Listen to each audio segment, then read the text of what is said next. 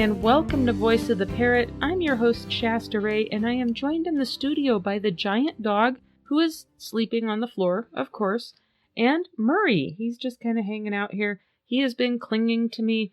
I've tried to give him some spray millet and something to play with and something to do, and all he wants to do is eat everything I'm doing tonight. So we've got baby bird on a mission. He's crazy. See, he's trying to get to my keyboard now. All right, so you may hear the sweet sounds of the bird's feet or beak as he tears up my notes. All right, so how has everyone been? Oh my gosh, I have some crazy projects underway that hit me like a ton of bricks that I wasn't expecting, and I am spread thin these days, and I'll elaborate on that more in the future. But oh my gosh, I needed to do some podcasting. It does my heart good. And I apologize. I am on Wednesdays now, apparently. Sometimes, with my day job being the busy season that it is, I am just completely consumed. So sometimes the day gets away from me and I have mandatory things I got to do. And then it rolls over into the next day because my energy levels are down, or it's just too late sometimes. So anyway, here we are. I am just wanting you guys to stick with me as I go through some of these crazy, crazy projects I have going on. And we may get a little chaotic on the days I release the podcast. I like to be consistent, and my preference is Tuesday nights. But, that might get crazy for a while. We'll see. We'll see how it goes. So, anyway, tonight I just wanted to do a little bit of a birdie hangout and continue some of my discussion on how to feed your birds and what to feed your birds and some stuff you can feed your birds that's pretty easy.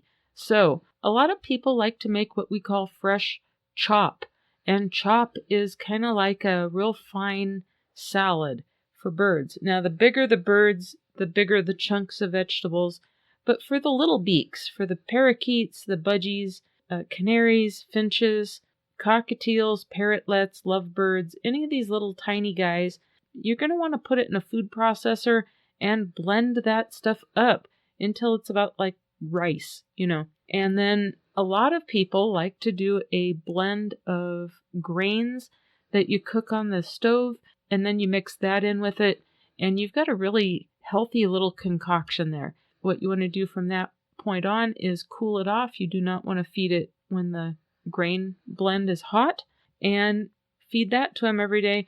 A lot of people say to freeze it in like an ice cube tray so that you can put all the extras in there and it's portioned out. I cannot get my birds to eat frozen food that's been thawed out. It's not appealing to them. So I am working on some blends and some food ideas that I won't reveal right now, but I'm going to give you some resources to look into in case they spark your idea. And it's kind of a conglomeration of all of that. But I have mentioned in the past, there is a young gal that has a YouTube channel called Elle and the Birds, and her name is ELLE, so Elle and the Birds. And I don't know how long ago she posted it. 2 or 3 years ago, she posted a video on how she makes chop. And I don't even know the title of it, so you'll have to go sort through it. She also gives the exact blend of grains that she cooks on the stove for her birds. And then she mixes that in with the chop and has a wonderful concoction to feed them. It's very, very healthy. So I've been working kind of on my own variant of that and with different responses from my different flock members, thus enforcing the fact every bird is its own bird, and sometimes even within the same species, they have their own tastes. So I'm trying to find something that appeals to everybody so that I've got an all-in-one inclusive food that I can give to them. Oh my gosh, it is challenging converting birds, especially if you've got finicky eaters. So one thing that most birds really, really like, especially the little birds, is spray millet, right? And they treat that like candy. So I would suggest learning how to sprout it. So just to mention another YouTube channel that I've mentioned in the past, Love of Pets, and her name is Donna. She does a video, gosh, it's been a couple of years back on hers too, and I don't know how far back, but she did a really good demonstration video on how to take just like a twig of spray millet and prep it and soak it and rinse it, and it will start growing. And once they start sprouting, that starts reducing the fat content because that little plant is germinating and starting to grow. So it needs that resource for energy. So it starts converting the fat of the seed into enzymes and different types of nutrients, vitamins, minerals, that sort of thing. I'm not sure how they do it, but that's one of the miracles of plants and one of the things that makes them so fascinating. Anyway, the more sprouted it is, the less fat content it has, but they still love the seed portion. They will also chew on the greens and the roots, and the whole thing is good for them. So I do a lot of sprouting for my birds, and it's fun. It gives them something different to chew on and something different for their head. So look into those two videos for your chop recipe and your sprouted spray millet recipe. Another thing you can do is figure out what kind of seeds that your birds like sprouted, generally speaking, and get yourself a sprout jar that has like a screen lid. You can put some seeds in there, make sure they're bird safe, because not every seed is. Most that you're going to run across are, especially for microgreen purposes or for sprouting purposes. And then you're just going to rinse them twice a day, drain them really well.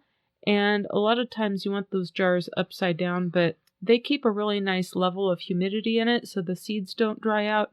And then you start getting all kinds of little sprouts and greens going on, and you can feed your bird fresh greens. But make sure you rinse them twice a day. Same with that spray millet. Anyway, excellent way to get some extra nutrition into your birds, and it's a little bit on the natural side to them. Because in nature, when they're looking for food, a lot of times they look for the really fresh young sprouts and stuff coming up. And it's natural too, because birds of all types, they love the little fresh little early sprouts, the little shoots. And that's when a plant is at its best flavor and its most tender. And usually the baby plant like that has all the flavor and taste of the end product after you're normally used to harvesting it, except you're getting it when it's a baby plant, and the way it digests in their systems is different. It's a lot better for them. The fiber hasn't really formed yet, and it is like solid nutrition. So look into that. There's all kinds of information out there on microgreens, and it's a fun thing to do also. So I wanted to bring that up. But then also, sometimes birds are just stubborn beyond stubborn. So another thing is, see if you can find a source for freeze-dried vegetables. And oh my gosh, several days a week, I will prepare a small amount of a bird food called Bird Street Bistro. I get it off of Amazon, and my guys like the tropical flavor. And there's several different flavor blends that they have. But I really like the tropical because you can just throw it in the microwave with some water, and it's like a 3-minute prep. So it's very quick. The other ones you have to prepare on the stove. So if you're not someone that wants to do that, make sure you get one of the instant blends. And I can't remember the other one, Appleberry or something like that is one of the instant ones. So I do that, but I take some freeze-dried vegetables, and I get those online. You'll have to just do some searches and find a good supplier of that. Usually it's private made. And crush those things up all the way into almost a powder. So then you're going to get just a little bit of extra moisture in that Bird Street Bistro, and then mix the powdered freeze-dried veggies into it. And don't overdo it. But if you get a good balance in there, they will chow that down, and the vegetables stick to the little grains and stuff, so they get a lot of nutrition that way. It's a really quick and easy way to prep their food. So that's a few things that you guys can try out there for, if you've got finicky eaters, or you want to just give them something different to try, and you got to get some nutrition in your birds, but oh my gosh, you don't want to go get the entire produce section at the grocery store just to make some chop, right? And they aren't even converted yet. Oh my gosh. And then last but not least, on that same exact note, if it does seem overwhelming with some of these recipes and stuff, and there are other creators on places like YouTube and social media that they'll share their chop recipes and stuff. A lot of them have a lot of different vegetables in them. If that is overwhelming to you, just get a few. Start out really easy. Get the most mild, tasty vegetables raw that you can think of. Make your chop with that, and then expand and start adding more vegetables or start kind of changing things up. Some birds just have different tastes than others, and sometimes you're just going to make it and they're not going to like it. And that's how it is. And it's not an insult or anything, but it is frustrating. So write down what works, journal your process, and keep notes on which of your birds eats what at what time. Oh my gosh, it's a challenge, people. It's a challenge. It's like feeding really tiny little toddlers that just haven't learned how to talk yet, and you got to figure out who likes what and what appeals to who, how, and sometimes the presentation makes a difference. It's crazy. And then real quick, something that I've been noticing with my flock, particularly since I did the episode about pellets. Oh my gosh, there has been a ton of you listen to that episode. Thank you very much. I'm glad you're getting a lot out of that. But if you didn't check it out, go back a few weeks. I'm not sure which episode it was, but I did a presentation on pellets, and I talked about all the nutrition that is or may not be in different popular brands of pellets. Now, my personal preference has been Harrison's and Tops, but with the budgies, I cannot get them to eat Tops unless I crush the pellets up with my little mortar and pestle. And I've got a stainless steel set, so I just bust the pellets up until they're broken apart. I don't crush them into powder. And I tell you what, all of my birds collectively at this point are preferring the Tops over the Harrisons. And I don't know why. I don't know if it's because it's 100% natural with the Tops, like 100%. They do not add any like lab created vitamins or minerals to it. Or Harrison's, one of their main ingredients is corn, and I've found that mine really don't prefer anything that's got a corn base to it. So I don't know what their reason for it is, but they really like the all-natural approach. So keep that in mind, that their bodies will naturally sense what's good for them. So anyway, keep experimenting out there, people. I would love to hear from you guys. What are your birds? What are they? What kind of birds do you have? What kind of veggies do you feed them? What do they go most crazy over?